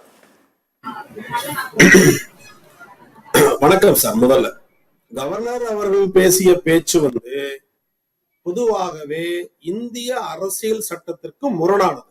சரி, அது முதல் பாயிண்ட். இரண்டாவது பாயிண்ட், இந்தியாவினுடைய ஒற்றுமைக்கு எதிரானது. சரி, இது இரண்டாவது பாயிண்ட். இப்போ மற்ற தலைவர்கள் சொல்லக்கூடிய கருத்தும் உண்மையான கருத்தும், பிருந்தாக்காரத்தா இருக்கட்டும் மற்றவர்களா இருக்கட்டும், அவர்களை சொல்லக்கூடிய கருத்தை நான் வரவேற்கிறேன், ஆமோதிக்கிறேன். இது மூன்றாவது கருத்து. இந்த மூன்றுக்கும் நான் சப்ஸ்டான்சியேட் பண்றேன். ஒண்ணு, மத சார்பற்ற செக்குலரிசம் அப்படிங்கிறது முதல்ல என்னன்னு ஒரு சின்ன புரிதல் மக்களுக்கு வேணும். இந்த மத சார்பற்ற அப்படிங்கறது வந்து இந்த நாடு இல்லாததோ இல்லாமலோ இல்ல நாடு சமயத்திற்கு எதிரானதோ என்று பொருள்படக்கூடாது. இந்த நாடு ஒரு சமயத்திற்கு ஒரு மதத்திற்கு எதிரானது அப்படின்னு அல்ல. அப்ப என்ன புரிதல் மதச்சார்பற்ற அப்படின்னா, இந்த நாட்டிலே எந்த ஒரு மதத்தையும் நான் ஒரு ஸ்டேட் ரிலீஜியனாக சொல்ல மாட்டோம் என்கிற புரிதலும், எல்லா மதத்தையும் சமமாக பாவிக்கிறோம், சமமாக நடத்துகிறோம் என்கிற புரிதல் தான் மதச்சார்பற்ற கோட்பாடு. இதுதான் முக்கியம். அதாவது நாடு என்பது மனிதனுக்கும் மனிதனுக்கும் இருக்கக்கூடிய உறவை பற்றிய பேசுகிற ஒரு அமைப்பு. நாடு என்பது மனிதனுக்கும் கடவுளுக்கும் இருக்கக்கூடிய உறவையோ பேசக்கூடாத அமைப்பு. இதுதான் ஒரு சமயம் என்பது ஒரு சமயம் சொல்லுங்க. இந்த கடவுளுக்கும் மனிதனுக்கும் மனிதனுக்கும் இருக்கக்கூடிய உறவை பற்றிய பேசுவதுதான் நாடு. மனிதனுக்கும் கடவுளுக்கும் இருக்கக்கூடிய உறவை பற்றி பேசுவது நாடு அல்ல. இதுதான் முக்கியம். ஒரு சமயம் என்பது மனிதனுக்கும் கடவுளுக்கும் இருக்கக்கூடிய உறவுகள். நாடு என்பது மனிதனுக்கும் மனிதனுக்கும் கூடிய உறவை பற்றி பேசுவது. இதைதான் புரிஞ்சுக்கணும். அப்போ மதச்சார்பற்ற நாடு என்றால் எல்லா மதத்தையும் சமமாக பாவிக்கிறோம். ஒரு மதம் இது எங்களுடைய மதம், இந்த நாட்டினுடைய மதம் என்று அறிவிக்க மாட்டோம் என்கிற சொல்லக்கூடிய கருத்து தான் இது. இந்த கருத்து ஐரோப்பிய கருத்தா? ஐரோப்பிய கருத்தே இல்லைங்க. இது உலகளாவே இருக்கக்கூடிய ஒரு சமத்துவ கருத்து. இது யாதும் ஊரே யாவரும் கேளீர் என்று சொல்லிய இனம் நம்மளுடைய இனம், தமிழ் இனம். இந்த உலகத்தில் இருக்கக்கூடிய எல்லா மக்களும் என் மக்கள், எல்லா நாடும் என் நாடு என்று சொல்லக்கூடிய இனம் நம்மளுடைய இனம். இது ஐரோப்பிய கருத்துக்களே இல்ல, இது ஒரு சமத்துவ கருத்து. அப்படிதான் நம்ம புரிஞ்சுக்கணும். சரி, ஆளுநர் சொல்றாரு இந்த பாரத தேசத்தை சனாதன சர்மம் தான் காத்தது அப்படின்னு சொல்றாரு. இந்த நாடு இந்த கான்ஸ்டிடியூஷன் எழுதுவதற்கு முன்னாடி நம்ம நாட்டுல எங்க சகோதரத்துவம் இருக்குச்சா? சகோதரத்துவம் அற்ற நாடு நம்ம நாடு. அப்பதான் மிகப்பெரிய போராட்டம். இந்த நாட்டுல வந்து ஏற்றத்தாழ் உடைய நாடு, எல்லாத்தையும் சமமாக பாவிக்காத நாடு இந்த நாடு. இந்த நாடு எல்லாருக்கும் கல்வி கொடுக்காத நாடு இந்த நாடு. இந்த நாடு ஒருவருக்குத்தான் கல்வி, ஒருவருக்குத்தான் வேலை, ஒருவர் தான் ஆள வேண்டும் என்ற வர்ணாசிரம சித்தாந்தத்தை கொண்ட நாடு இந்த நாடு. இந்த நாடு ஒருவன் மாட்டை தொடலாம், அது புனிதமாகும். அதே ஒரு சக மனிதனை தொட்டால் தீட்டு அப்படின்னு சொல்லக்கூடிய நாடு இந்த நாடு. இந்த நாட்டை, இந்த சமத்துவம் இல்லாத நாட்டை, இந்த ஏற்றத்தாழ்வுடைய நாட்டை, ஒருவன் உயர்ந்தவன் தாழ்ந்தவன் என்று சொல்லக்கூடிய நாட்டை, ஒரு மனிதன் தன் சக மனிதனை சகோதரனாக கருதாமல் எதிரியாக கண்டு வெட்டி கொள்ளுகின்ற அந்த நாட்டை அம்பேத்கர், நேரு போன்ற மிகப்பெரிய, காந்தி போன்ற தத்துவ ஞானிகள் எல்லாம் சேர்ந்து உருவாக்கப்பட்ட அரசியலமைப்பு சட்டத்தில் என்ன சொல்லுகிறது என்றால், நாம் ஒரு மதச்சார்பற்ற நாடாக எல்லா மதத்தையும் சமமாக பாவிக்க நாடாக மாற்ற வேண்டும் என்கிற சிந்தனையை கொண்டிருக்கிறது. இது என்ன சிந்தனை? இது ஐரோப்பிய சிந்தனையா? இது சமூக சிந்தனை, ஒரு மனித நேயத்தினுடைய சிந்தனை. இந்த சிந்தனை தான் நாட்டை ஒற்றுமைப்படுத்தும். இதுதான் ரொம்ப முக்கியம். இதை விட்டுட்டு இது ஐரோப்பிய சிந்தனை, இந்த நாடு நாட்டை பிளவுபடுத்தக்கூடிய சிந்தனையே இல்லாது. ஆளுநர் அவர்கள் பேசிய பேச்சு இந்த ஜனநாயகத்திற்கு விரோதமான பேச்சு, அரசியல் சட்டத்திற்கு எதிரான பேச்சு. அரசியல் சட்டத்திலே என்ன சொல்றாங்க? செக்குலரிசம் என்கிற சொல்லானது பேசிக் ஸ்ட்ரக்சர் ஆஃப் தி கான்ஸ்டிடியூஷன்ல இன்கார்பரேட் பண்ணிட்டாங்க.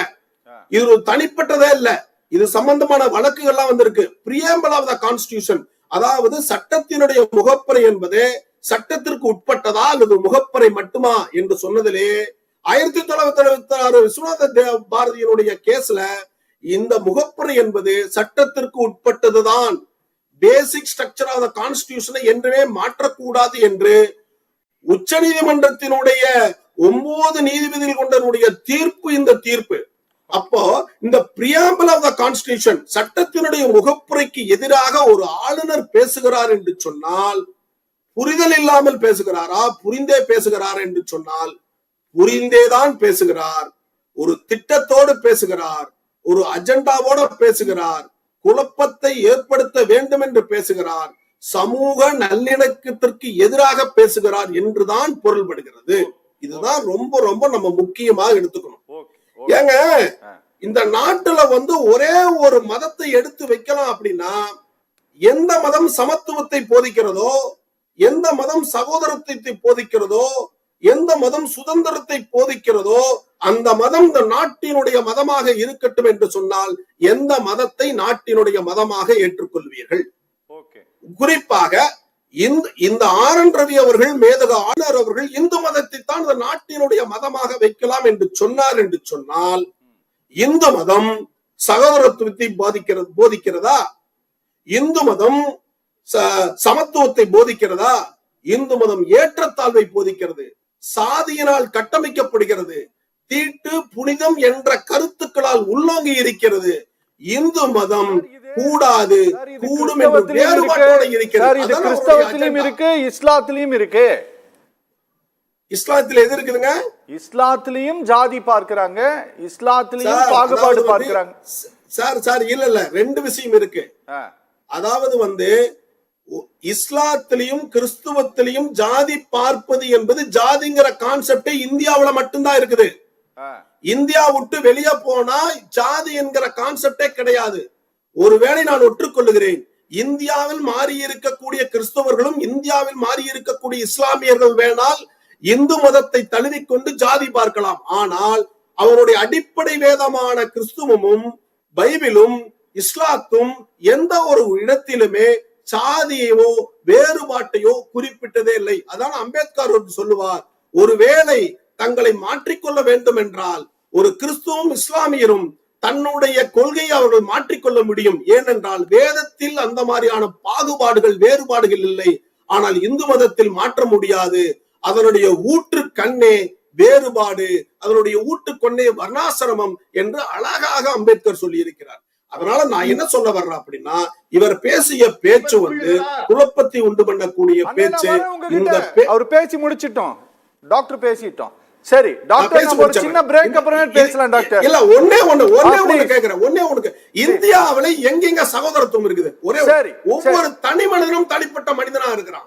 இந்தியாவுல சகோதரத்துவம் இருக்கு. பேச்சுல பேசலாம், அதாவது பேச்சுல சட்டத்தில் இருக்குது.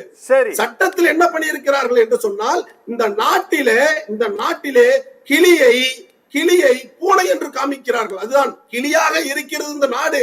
ஆனால் சட்டத்தில் பூனையாக எழுதியிருக்கப்படுகிறது. என்னன்னா, இந்த நாட்டிலே ஏற்றத்தாழ்வு இருக்குது, சகோதரத்தன்மை இருக்குது, சாதிய வேறுபாடுகள். இதை மாற்றி அம்பேத்கர் புதிய நவீன உலகத்தை படைக்கிறார், நவீன சித்தாந்தத்தை படைக்க நினைக்கிறார். அதனால்தான் சொல்கிறார், நான் எழுதிய சித்தாந்தம், நான் எழுதிய அரசியலமைப்பு என்பது புதிய அரசியலை நோக்கி போகிறது. இது போகுமா போகவில்லையா என்பது நான் நடைமுறையில் தான் பார்க்க வேண்டும் என்று அம்பேத்கர் எழுதியிருக்கிறார். ஓகே நான் பேசலாம் சார். ஒரு சின்ன பிரேக் அப்புறமே பேசலாம். நேரிலே ஒரு சிறிய இடைவேளைக்கு பின் சத்தியம் சாத்தியமே தொடரும்.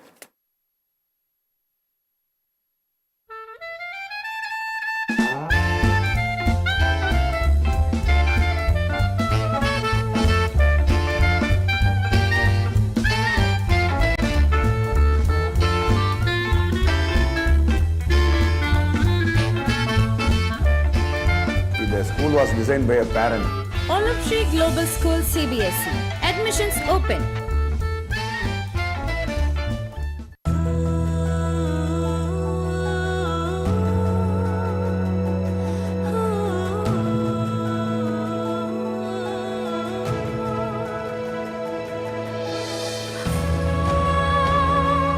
Diadem designer dresses for weddings, family functions and birthday celebrations. Showrooms now at Nungambakkam near US Consulate and Anna Nagar near Thirumangalam Metro Station. What's the solution for the world-class education that gives life to your children? 50% of the human intelligence develop between 0 to 5 years.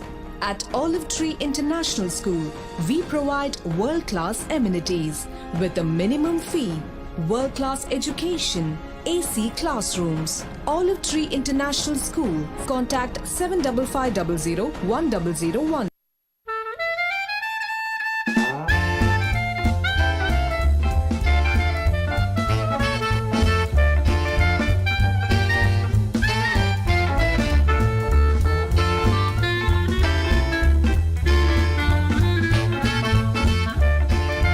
The school was designed by a parent. Olive Tree Global School CBSE. Admissions open.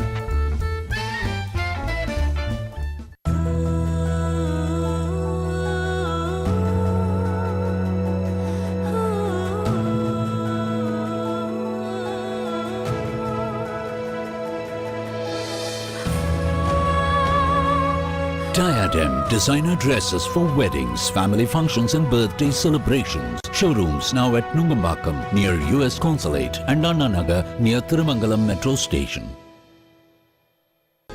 What's the solution for the world-class education that gives life to your children? 50% of the human intelligence develop between 0 to 5 years. At Olive Tree International School, we provide world-class amenities with a minimum fee, world-class education, AC classrooms. Olive Tree International School. Contact 7550 1001.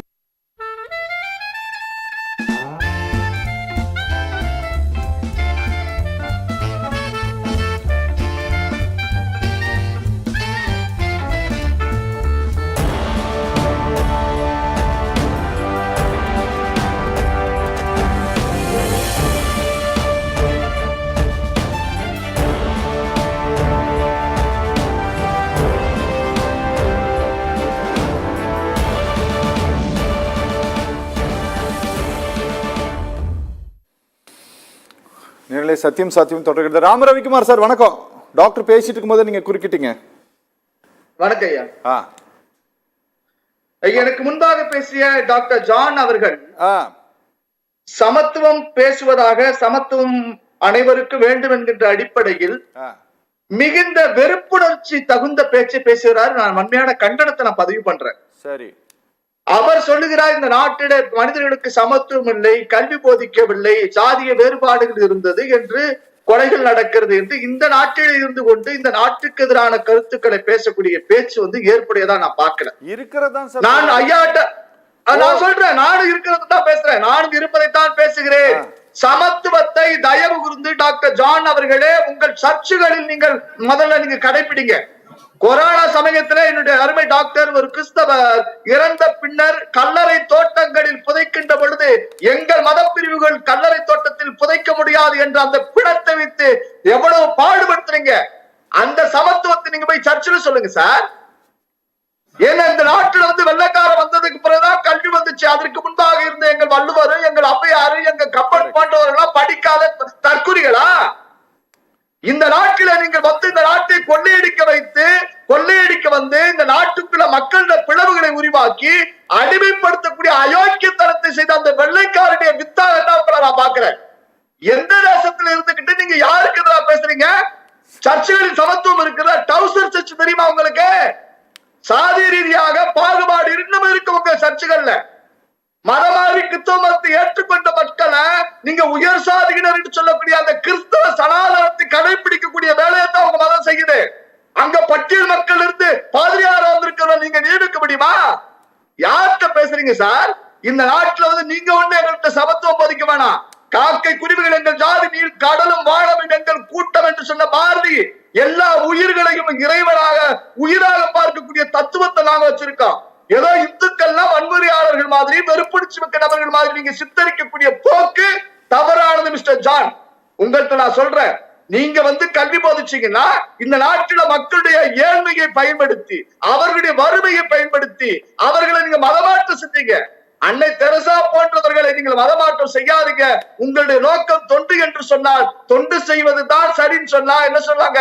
மதமாற்றம் செய்வது கூடாதுன்னு சொன்னா, தடைன்னு சொன்னா, அப்படிப்பட்ட தொண்டு எனக்கு தேவையில்லைன்னு சொன்ன ஒரு வெறித்தனமான பேச்சு அது. அதே போலதான் நீங்க பேசுறீங்க. இந்த நாடு வந்து உங்களுக்கு அந்நியமான நாடு மாதிரி நீங்க பேசுறீங்களே, எவ்வளவு கொஞ்சம் மனசாட்சி கொடுங்க சார். நீங்க பிறந்தது இந்த மண்ணு, நீங்க வாழ்வது இந்த மண்ணு, இந்த மண்ணில வாழக்கூடிய நாளைக்கு தான் இறந்த பிறகு மரித்த பிறகு இந்த மண்ணில ராமரவிக்குமார் சார், நீங்க ஒரே ஒரு நிமிஷம். ராமரவிக்குமார் சார், இங்க பாருங்க, நீங்க ஏன் அவர் மேல பாயறீங்க? அவரு கோடிட்டு காட்டியது எல்லாம் இல்ல இல்ல இல்ல இல்ல இல்ல நீங்க அவரு கேட்டத இல்ல இல்ல ஒரே ஒரு நிமிஷம். நீங்க டெம்ப்ட் ஆயிட்டீங்க. நீங்க அவர் சொன்னதுல ஆனா அவர் எல்லாத்தையும் சொல்லிட்டு இதெல்லாம் நான் சொல்ல இதெல்லாம் அம்பேத்கர் சொன்னதுன்னு சொன்னாரு. நீங்க அதையா புரிஞ்சுக்க மாட்டேங்கிறீங்க? நான் மீண்டும் சொல்றேன், ஏன் சத்த நாட்டு அம்பேத்கரை வந்து இதுக்கு முன்னாடி வெள்ளக்கார வரதுக்கு முன்னாடி கல்வி கிடையாதுன்னு சொல்லி இருக்கிறாரா? எது இந்த நாட்டுல வெள்ளக்காரருக்கு முன்னாடி யாரும் படிக்காதவங்க நீங்க அத பத்தி அம்பேத்கர் வர்ணாசிரம தர்மத்தை பத்தி பேசலையா? அவர் பிறந்த மகாரணத்தில் அவருக்கு என்னென்னலாம் கொடுமைகள் இழைக்கப்பட்டதுன்னு அவர் எழுதலையா? நான் சொல்றேன் சார், நீங்க அம்பேத்கர் ஐயாவுடைய கருத்துக்களை ஒரு நாள் பொதுவாக விவாதிப்போம். இல்ல இல்ல இல்ல இன்னைக்கு இந்த விஷயத்துல இவ்வளவு வன்மை மிகுந்து இந்த நாட்டுக்கு எதிராக, இந்த மக்களுக்கு எதிராக, இந்த நாட்டில் இருக்கக்கூடிய ஒற்றுமைக்கு எதிராக பேசுறாரு மிஸ்டர் ஜான். இது தப்பு சார். நீங்க டாக்டர் பேசுறதுக்கு உங்களுக்கு இவ்வளவு கோவம் சார், நீங்க தப்பா புரிஞ்சுக்கிறீங்க சார். ராமரவிக்குமார் சார், சரி புகாரி சார் பேசலாம்.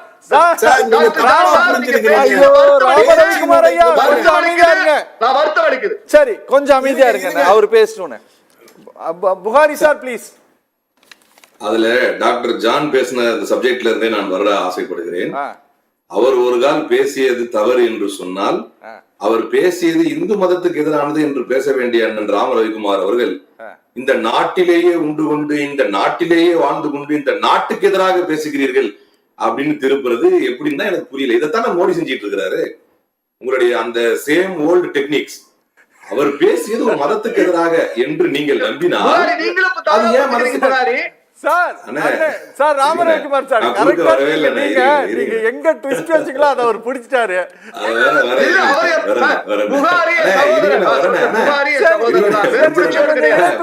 கொஞ்சம் இனிப்புல இருங்க ப்ளீஸ். புகாரி சார் நீங்க பேசலாம். அப்போ அவர் வந்து ஒரு மதத்துக்கு எதிராக பேசுறது உண்மையிலேயே அது பிளாஸ்பமஸா இருக்குன்னு வைங்களேன். ஸ்டாண்டரிங்கா இருக்குது, பிளாஸ்பமஸா இருக்குதுன்னா நீங்கள் எப்படி இந்து மதத்துக்கு எதிராக பேசுவீங்கன்னு கேட்கலாம். சரி, அது வேணா வாஸ்தவம். அப்படி இருந்துச்சா இல்லையாங்கிறது அப்பாற்பட்டது. அப்படி கேட்கலாம். அதை விட்டுட்டு நாட்டுக்கு எதிராக பேசுறீங்க. எந்த மதத்திற்கு எதிராக பேசுவதும் இந்த தேசத்துக்கு எதிரான பேச்சாக அமையாது என்று சொல்லிக்கொண்டு பேசுறதா இருந்தா நாட்டுக்கு எதிராக அறிக்கை வெளியிட்ட உடனே அதானி நிறுவனம் நாட்டின் மீது தொடுக்கப்பட்ட போர் அப்படின்னு சொல்றாங்க. அது போல இல்லையா? இல்ல அது வாஸ்தவம் தானே சார். அதானி தானே சார் மோடியை பொறுத்த வரைக்கும் நாடு பாவம். அதனால நான் வந்து பிஜேபியோட அண்ணன் நம்ம செல்வம் அண்ணன் வந்து செய்தி சொல்லிட்டாரு. டாக்டர் வர உங்ககிட்ட அவர் பேசி முடிச்சிட்டோம். He actually distanced himself from the statement of governor சொல்லுவேன். அவருடைய கருத்துன்னு தமிழிசை அக்கா பாணியில அவர் நேக்கா ஒரு வார்த்தையை போட்டுட்டு எமர்ஜென்சின்னாரு. அண்ணனுக்கு ஒரு விஷயத்த நான் குறிப்பிட விரும்புறேன். Even emergency comes under article 352. அதனால அதையும் கோடிட்டு காட்டிட்டு அதுவும் அரசமைப்பு சட்டத்திற்கு உட்பட்டதுதான் என்பதை சொல்லிக்கொண்டு வாழ்த்து சொல்றது இல்ல அப்படிங்கிறாங்க. நாங்கள் இங்கு கொலை விழுந்து கொண்டு இருக்கிறது, அதற்காக செகுலரிசம் வேணும்னு பேசிட்டு இருக்கிறோம். வாழ்த்து சொல்லலன்னா நீங்க அப்புறம் கூட அவரை கண்டிச்சுக்கலாம். ஏன் எதுக்குன்னு அது வேற அப்பாற்பட்ட சண்டை. இங்கு கொலைகள் விழுந்து கொண்டு இருக்கிறது. சார் ஒழுங்கு அவரை கொஞ்சம் பேச அனுமதிக்க. நான் உங்ககிட்ட வரேன் திரும்ப ப்ளீஸ். நீங்க பேசும்போது குறுக்க வரலன்னா நான் டிஸ்டர்பன்ஸ் ஆகிடும். ரெண்டு பிரச்சனை ஆகி நீங்க பாக்கலாம். கவர்னருடைய கருத்துல என்ன சொல்றாருன்னா, அவர் ஒரு கருத்து சொல்றாரு, அதுக்கு விளக்கம் தர்ற ரவிக்குமார் அண்ணனும் நம்ம செல்வம் அண்ணனும் வேற விளக்கம் ஒண்ணு தர்றாங்க. கவர்னர் தர விளக்கம் it is a foreign concept அப்படிங்கிறார். அப்போ ஃபாரின் கான்செப்ட் அப்படின்னா 1 person 1 vote, ஒரு நபருக்கு ஒரு ஓட்டு என்பதும் ஃபாரின் கான்செப்ட் தான். என்ன பண்ணலாம்? ஆரம்ப ரவி கிட்ட தான் கேட்டு சொல்லணும். ஏன் even democracy is a foreign concept. ஆனா அவ்வளவு ஏங்க கான்ஸ்டிடியூஷனே ஃபாரின் கான்செப்ட் தாங்க. புரட்சியாளர் அம்பேத்கர் வந்து மேற்கோள் காட்டி எழுதுனதே ஃபாரின்ல இருந்து பார்த்தா மேற்கோள் காட்டி எழுதுனாங்க. இது எப்படிப்பட்ட வாதம்? இவர் கவர்னரா என்ன என் மனசுல தோன்றதெல்லாம் நான் சொல்லிடுவேன். இது எப்படிப்பட்ட வாதமா இருக்குதுன்னு. அவருக்கு வேணா தான் வகிக்கக்கூடிய பொறுப்பினுடைய மகிமை தெரியாமல் இருக்கலாம். ஆனால் இந்தியாவுடைய அரசமைப்பு சட்டத்தை மதித்து நடக்கக்கூடியவர்கள் நாம் என்பதனால் அதுக்கு மேல நான் வந்து போக விரும்பல. அதே மாதிரி இது அவருடைய கான்செப்டா ஃபாரின் கான்செப்ட் அப்படின்ட்டார். இது கவர்னருடைய விளக்கம். இது கவர்னருடைய பேச்சுக்கு விளக்கம் தரக்கூடியவர்களுடைய நம்ம அண்ணன்மார்களுடைய விளக்கம் எப்படி இருக்குது அப்படின்னா, இந்த செகுலரிசம்ங்கிறதே தேவையில்லை, நம்ம இங்க நல்லா தான் இருக்கிறோம் அப்படின்னு. இந்த கூத்தை நான் எங்க இருந்து ஆரம்பிக்கணும் அப்படின்னா, செக்யூலரிசம் என்பது அரசமைப்பு சட்டத்தில் குறிக்கப்பட்ட ஒரு வார்த்தையாக இருக்கும் போதே தொடர்வண்டியில் செல்பவன் ஒருவன் தன்னுடைய கையில வச்சிருக்கக்கூடிய கறி அது பீஃபா மட்டனான்னு ஆய்வு பண்ணி ஒரு வயது முதிர்ந்தவரை கடந்த வாரம் கூட அடித்து துன்புறுத்தினார்கள். இவங்க பேசுறாங்க செகுலரிசம் வேண்டாம், ஏன்னா செகுலரிசம் இல்லாம இந்த நாடு சூப்பரா இருக்கு. தப்ரேஸ் என்கின்ற ஒரு இளைஞனை கட்டி வைத்து கம்பத்து கட்டி வைத்து அடித்து கொன்றார்கள், அவன் பீப் வச்சிருந்தான் அப்படின்னு சொல்லி. செக்யூலரிசத்துலதான் குறிப்பிடப்பட்டிருக்கிறது, உங்களுக்கு மாடு என்பது புனிதம், கடவுள் என்றால் மதிக்கிறேன் ஏற்கிறேன், அதுவே இன்னொருவருக்கு உணவு என்றால் அதை ஏற்க வேண்டியது உங்களுடைய கடமை. அப்ப செக்யூலரிசம்ங்கிற கான்செப்ட் கான்ஸ்டிடியூஷன்ல இருக்கும்போது இதுதான் பிரச்சனை. ஆர்எஸ்எஸ்க்கு ஏன் அன்னைக்கே உறுத்துச்சு கான்ஸ்டிடியூஷன், அது இன்னைக்கு அதனாலதான் உறுத்துது. அந்த கான்ஸ்டிடியூஷன் ஏன் உறுத்துது அப்படின்னா, செக்யூலரிசம் என்பது கான்ஸ்டிடியூஷன்ல ஒரு பார்ட்டா இருக்கும் போதே பிரதமர் பிரச்சார கூட்டத்தில் என்ன பேசுறாரு, இஸ்லாமியர்களை பார்த்து குஸ்பேட்டு என்கிறார், ஊடுருவல்காரர்கள் என்கிறார். செக்யூலரிசம் கான்ஸ்டிடியூஷன்ல ஒரு பார்ட்டாக இருக்கும் போதே அதிக பிள்ளைகளை பெற்றுக் கொள்ளக்கூடியவர்கள் என்று ஒரு பிரதமர் பேசுகிறார். செக்யூலரிசம் கான்ஸ்டிடியூஷன்ல ஒரு பார்ட்டாக இருக்கும் போதே ராமர் கோயில்ல பாபர் பூட்டை போட்டுக்குவாங்க அப்படின்னு சொல்றாரு. செக்யூலரிசம் கான்ஸ்டிடியூஷன்ல ஒரு பார்ட்டாக இருக்கும் போதே புல்டோசர் எல்லாம் யார் மேல உடணும் யார் மேல உடக்கூடாது என்பதை நீங்க யோகி ஆதித்யநாத் பார்த்து தெரிஞ்சுக்கீங்க. இத்தனைக்கும் இவை எல்லாத்துக்கும் சுப்ரீம் கோர்ட் கண்டனம் தெரிவிச்சிருக்குது. பிரதமர் மோடி பேசிய பேச்சு எரோனியஸ் டெலிபரேட்லி மிஸ்இன்டர்பிரட்டட் என்று இந்து மறுநாளே கட்டுரை வெளியிட்டது. ஒரு பிரதமருடைய பேச்சு தவறானது, திரித்து கூறப்பட்டது என்று சொல்கிறது. இவை அனைத்துமே கான்ஸ்டிடியூஷன்ல செக்யூலரிசம் ஒரு பார்ட்டா இருக்கும் போதே, இப்ப இவங்க எல்லாம் கொடுக்கிற விளக்கத்தை ஏத்துக்கிட்டு ஒரு கால் அதெல்லாம் நம்ம எல்லாம் ஒத்துமையா இருக்கிறோமே, இது இனிமே இந்த சட்டம் ஏன் அப்படின்னா அதுக்கும் ஒரு விளக்கம் சொல்றேன். உதாரணத்திற்கு மைனர் பிள்ளைங்களை வேலைக்கு போக கூடாதுன்னு சட்டம் இருக்குது. மைனர்களை வேலைக்கு அப்பாயின்ட் பண்ணக்கூடாது அப்படின்னு இருக்குது. இப்ப எல்லாரும் படிக்க ஆரம்பிச்சுட்டாங்க. அந்த சட்டம் இருக்கிறதுனாலதான் படிக்க ஆரம்பிச்சிருக்கிறாங்க என்பது யதார்த்தம். எல்லாரும் படிக்க ஆரம்பிச்சிட்டாங்கல்ல, இனிமே மைனர் இருக்க தேவையில்லை, வேலைக்கு வைக்கணும்ன்ற சட்டம் இருக்க தேவையில்லை என்று நீக்கி விடுவார்களா? அந்த சட்டம் இருக்க போய்தான் அந்த நிலைப்பாடு உறுதி செய்யப்படுகிறது. நான் 2 விஷயமா உங்களுக்கு சொல்லிட்டேன். சட்டம் இருக்கும் போதே ஒரு பிரதமரே அதை எதிர்த்து பேசுகிறார். கோலி மாரோ சாலோங்கு, கோலி மாரோ இன் தேஷ் விரோத் கத்தாரோக்கு என்று பேசியவர் யார்? ஜாதி தெரியாதவர்கள் ஜாதிவாரி கணக்கெடுப்பு கேட்கிறார்கள் என்று சொன்ன அதே அனுராக் தாக்கூர் தான். அதே அனுராக் தாக்கூருடைய பேச்சை சூப்பர் பிராவோ என்கிறார் பிரதமர். இதெல்லாம் செக்யூலரிசம் கான்ஸ்டிடியூஷன்ல ஒரு பார்ட்டாக இருக்கும் போதே பில்கிஸ் பானு கற்பழிப்பு குற்றவாளிகளை விடுதலை செய்துவிட்டு ஜஸ்டிஸ் நாகரத்னா கேட்கிறார், it is a fraud play in this court. மீண்டும் சொல்கிறேன், நீங்க இந்த நீதிமன்றத்துல ஃப்ராடா விளையாடி இருக்கிறீங்க. அப்ப அதுக்கு பிஜேபி எம்எல்ஏக்கள் சொன்ன வார்த்தை என்ன? பிஜேபி எம்எல்ஏக்கள் அந்த குற்றவாளிகளை விடுதலை செய்யும்போது என்ன சொன்னாங்க? they come from good sanskar, அவங்க எல்லாம் நல்ல சன்ஸ்கார்ல இருந்து வந்தவங்க. செக்யூலரிசம் கான்ஸ்டிடியூஷன்ல ஒரு பார்ட்டாக இருக்கும் போதே இவை அனைத்தும் நடந்து கொண்டிருக்கிறது. அப்ப அகைன் நான் அந்த சந்திரசூட் மேட்டர் கண்டிப்பா சொல்லிருக்கணும் சார், நீங்க வேணாம் நீங்க. ஆனா இவங்க எல்லாரும் கான்செப்டை மாத்தி என்ன பண்றாங்கன்னா, மன்மோகன் சிங் அங்க போனார் இங்க போனார், சீஃப் ஜஸ்டிஸ். நான் சொல்வது சீஃப் ஜஸ்டிஸ், அதுவும் செக்யூரிட்டிக்கு சம்பந்தப்பட்டு வர்றதுனால ஒரு சீஃப் ஜஸ்டிஸ் அவர் முஸ்லிமாக இருந்தாலும் கிறிஸ்தவராக இருந்தாலும் ஜெயினராக இருந்தாலும் அவரின் மத வழிபாட்டு விஷயங்களில் ஒரு பிரதமர் கலந்து கொண்டது அரசியலமைப்பு சட்டத்துக்கு எதிரானது. அவர் அதுக்கு சொன்ன பதில் அதை விட கேவலமானது. என்ன பதில் சொன்னாரு? நான் இந்து மதத்தினுடைய தீபாவளி பண்டிகை விநாயகர் சதுர்த்தியை கொண்டாடுறதுனால எதிர்க்கிறாங்க, இது அதை விட கேவலமா இல்ல மக்கள் மத்தியில்? அப்ப இவை அனைத்தும் ஒரே பாயிண்ட். செக்யூலரிசம் கான்ஸ்டிடியூஷன்ல ஒரு பார்ட்டாக இருக்கும் பொழுதே இவ்வளவு அழிச்சாட்டியங்களை செய்து கொண்டிருக்கிறார்கள். வெள்ளை மாளிகை இந்தியாவை கண்டிக்கக்கூடிய அளவுக்கு ஒரே ஒரு பத்திரிகையாளர் எதிர்த்து கேள்வி கேட்டார் என்பதற்காக ஹிமந்தா பிஸ்வா சர்மா அந்த அம்மாவோட டிஎன்ஏ டெஸ்ட் எடுத்து அவரை கேவலப்படுத்துகிறார். இவை அனைத்தும் செக்யூலரிசம் கான்ஸ்டிடியூஷன்ல ஒரு பார்ட்டாக இருக்கும் போதே நடக்குது.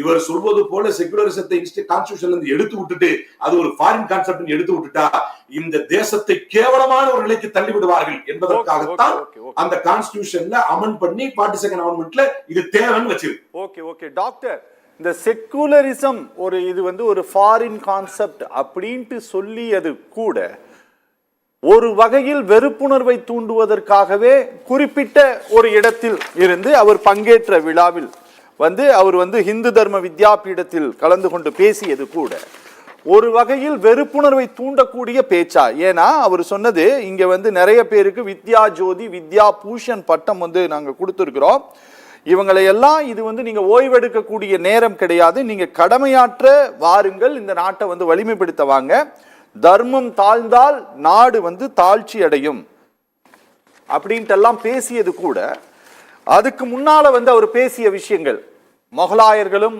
ஆங்கிலேயர்களும் இங்க தர்மத்தை அழிக்க முயற்சித்தார்கள் அப்படின்ட்டு சொல்லி நீங்க வாங்க தர்மத்தை காக்க பாடுபடுங்க இப்படின்ட்டு சொல்லியதன் மூலமாக இன்டைரக்டாக, நேரடியாக சொல்லாம மறைமுகமாக ஏதோ ஒரு வகையான வெறுப்புணர்வை ஆளுநருடைய பேச்சு தூண்டுகிறது அப்படின்ட்டு நாம நினைக்கலாமா? கண்டிப்பாங்க. இதுல என்ன தவறு இருக்கு? சந்தேகமே இல்லாம நினைக்கலாம் சார். இதுல ரெண்டு விஷயத்த நான் சொல்லிடுறேன். நம்மளுடைய தோழர் நம்ம ராமரவிக்குமார் அவர்கிட்ட சொல்லிடுறேன் சார். நான் பேசின பேச்சு இதெல்லாம் சொன்னது எல்லாமே இந்த நாட்டுல நடந்தது சார். அது என்னுடைய சொந்த கருத்தும் கிடையாது, என்னுடைய கருத்து கிடையாது. இது அம்பேத்கர் சொன்ன அனைத்து விதமான கருத்துக்கள் சார். இருங்க, இது பேசிட்டு அடுத்து சொல்லிடுறேன். ஒரு நிமிஷம் நமக்கு ப்ளீஸ். சொல்றேன் சார். இந்த நாட்டுல நடந்ததுதான் சார் ராமகுமார் சார். நான் நடக்காதெல்லாம் சொல்ல, இல்லாதெல்லாம் ஒண்ணும் சொல்ல சார். அது ஒண்ணு சொல்லிடுறேன். ரெண்டாவது ஒண்ணு சொல்ல சார். நம்ம கிராமத்துல சமத்துவம் சகோதரத்து இருக்குன்னு சொல்றீங்கல்ல, ஒண்ணே ஒண்ணு ஹெல்ப் பண்ணுங்க சார். இந்த சுடுகாடு ரொம்ப பிரிஞ்சு கிடக்கு சார் கிராமத்துல. எல்லாத்துக்கும் ஒரே சுடுகாடை பண்ணி விட்டுருங்க. அப்புறம் தெருவெல்லாம் எல்லா ஜாதிக்கு தெருவா இருக்கு, எல்லாத்தையும் உடைச்சு போட்டு எல்லாம் ஒண்ணு இருக்குன்னு இந்த ரெண்டு மட்டும் நாளையில இருந்து நீங்க பண்ணிருங்க சார். ரொம்ப சந்தோஷம் சார், அதை பண்ணிருங்க. இதை சொல்லிடுறேன் சார். ரெண்டாவது சொன்னார்ல தர்மம் சார், ஒன்னு சொல்லிடுறேன் சார். இந்த ஆளுநர் சொல்றாருல தர்மம் காக்கப்பட வேண்டும், இங்கதான் சார் கிரக்ஸ். எந்த தர்மம் காக்கப்பட வேண்டும் அதுதான் கொஸ்டினே. இந்த நாடு எந்த கேள்வியில் உணர்ந்து கொண்டிருக்கிறது என்றால் எந்த தர்மத்தை காக்க வேண்டும்? மனுநீதி சொல்லக்கூடிய, மனுநூல் சொல்லக்கூடிய தர்மமா, இந்திய அரசியல் அமைப்பு சட்டங்கள் சொல்லக்கூடிய செக்யூலர் என்ற தர்மமா? இந்த கேள்விக்கு தான் நம்ம பதில் வேணும். ஆர் என் ரவி அவர்கள் சொல்லுவது, அவர்கள் மேதகு ஆளுநர் சொல்லுவது மனு தர்மத்தை குறிப்பிடுகிறாரா இல்லை ஜனநாயக தர்மத்தை குறிப்பிடுகிறாரா?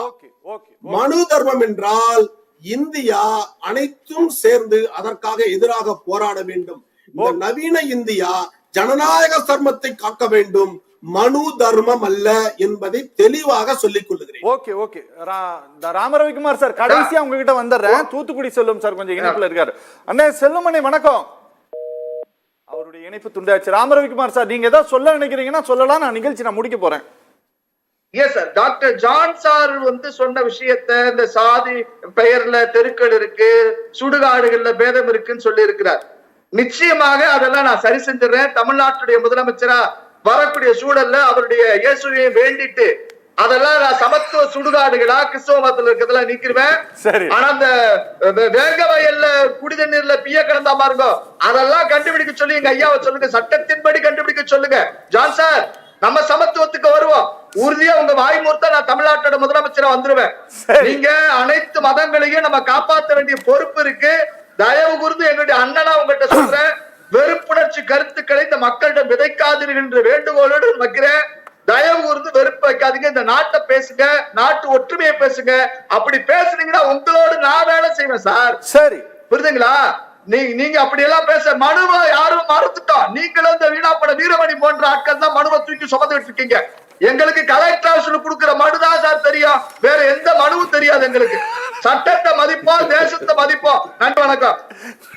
நல்லது. அதாவது கவர்னர் சொன்ன தர்மத்துக்கு முன்னால இருக்கக்கூடிய மனுவை மட்டும் நீங்க தூக்கிட்டீங்க. கரெக்டா சார்? எங்களுக்கு வேட்பு மனு தெரியும், கலெக்டர் மனு தெரியும் சார். எங்களுக்கு எந்த வர்ணம் தெரியும், ஒண்ணு தெரியாது எங்களுக்கு. நல்லது. புகாரி சார், நீங்க ஏதாவது சொல்ல நினைக்கிறீங்களா? நான் நிகழ்ச்சி முடிக்க போறேன், ப்ளீஸ். சார், அதாவது அரசமைப்பு சட்டத்தின் பாதுகாவலர்களே அரசமைப்பு சட்டத்துக்கு எதிராக பேசிக் கொண்டிருப்பது இப்போ ட்ரெண்ட் ஆகி போச்சு. பிரதமரே அதை பேசுகிறார், இவங்களும் பேசுறாங்க. இதை இவங்களுடைய கான்செப்ட் என்ன அப்படின்னா, எப்படி பிஎன்எஸ்எஸ் என்று புதிதாக கொண்டு வந்து ஒண்ணுமே இல்ல, பேரை மட்டும் மாத்தி வச்சுட்டு நாங்க கான்செப்டே மாத்திட்டோம்னு சொல்றாங்களோ, நாளைக்கு அதே போல இவர்கள் கான்ஸ்டிடியூஷன்லயும் கை வைக்கிறதுக்கான ஒரு முன்முயற்சி இவர்கள் செய்கிறார்கள். நாம் இப்போது வைக்கக்கூடிய இந்த கண்டனங்கள் இந்திய அளவிலே நிச்சயமாக பதிவு செய்யப்பட வேண்டும். காரணம் என்ன அப்படின்னா, இவர்களுடைய கெட்ட எண்ணம் இருந்து வெளிப்படுகிறது. தங்களுக்கு ஏற்றாற்போல் இந்த நாளைக்கு என்ன சொல்லிடுவாங்கன்னா, ஆமா உண்மைதான், இந்த கான்ஸ்டிடியூஷனே ஃபாரின் கான்செப்ட் தான், இதை மாத்திட்டு நாங்க இதை காலனைஸ் பண்ண கான்செப்ட்ல இருந்து இதை இந்தியனைஸ் பண்ண போறோம் என்று சொல்லி நாளைக்கு இந்த அரசமைப்பு சட்டத்தின் மீதும் கை வைப்பதற்கான 100% வாய்ப்புகள் இருப்பதனால் நாம் இப்போதே கவனமாக ஆர் என் ரவிக்கு எதிரான நம்முடைய கண்டனங்களை உறுதியாக பதிவு செய்து கொள்ள வேண்டும். ஓகே, ரொம்ப நன்றி. நேயர்கள் மற்றும் நிர்வாகம் சார்பாக நிகழ்ச்சியில் பங்கேற்று பேசிய 4 பேருக்குமே ரொம்ப நன்றி. நேயர்களே, நிகழ்ச்சி நிறைவு பெறுகிறது. மீண்டும் மற்றொரு நிகழ்ச்சியில் சந்திக்கலாம். நன்றி, வணக்கம்.